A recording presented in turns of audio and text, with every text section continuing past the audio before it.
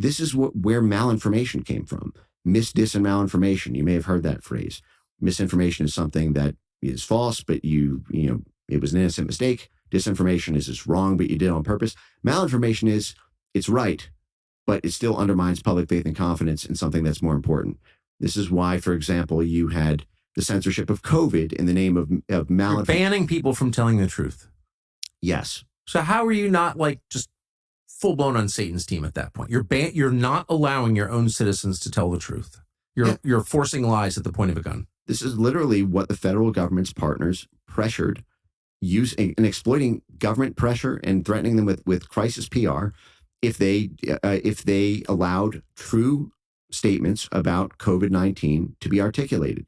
If they, this came out in the Twitter files, for example, where you had entities like the Virality Project who were telling Yoel Roth and Vijay Gadde, the former Twitter 1.0 censorship team, that you need to censor, self-reported, vaccine adverse events, because even if these things are true, they still undermine public faith and confidence in the efficacy of vaccines. They might increase vaccine hesitancy.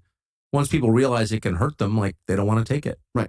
And part of the issue is their initial solution to this was fact checkers.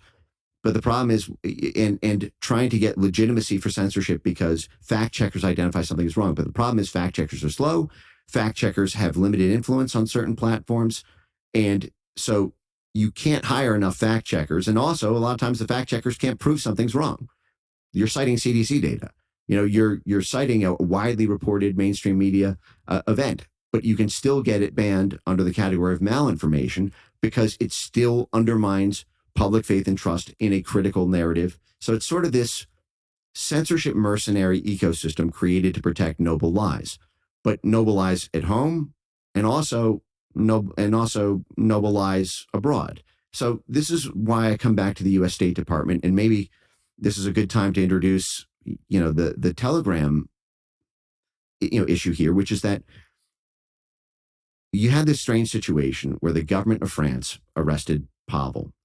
And it took everyone by surprise. And this is a major, major act, which has major implications for U.S. platforms.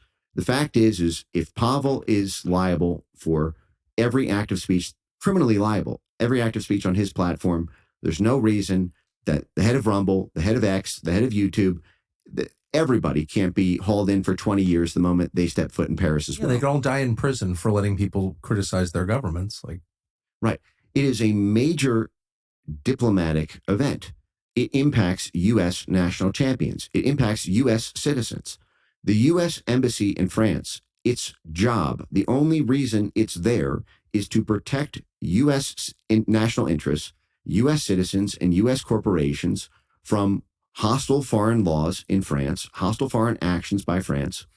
And given how critical Telegram is to the U.S. militarily, to the U.S. on statecraft grounds, to the U.S. on intelligence grounds. Again, as we speak, in dozens of countries, Telegram is the main artery of the CIA for cultivating political resistance movements. And so the impact on the United States is absolutely massive of doing this. And again, as we discussed, the United States has funded Ukraine with about almost $300 billion. And Ukraine's military intelligence chiefs say that they need to get control over Telegram's back end to know whether or not the Russians are in control of it and to get control essentially over its front end content moderation.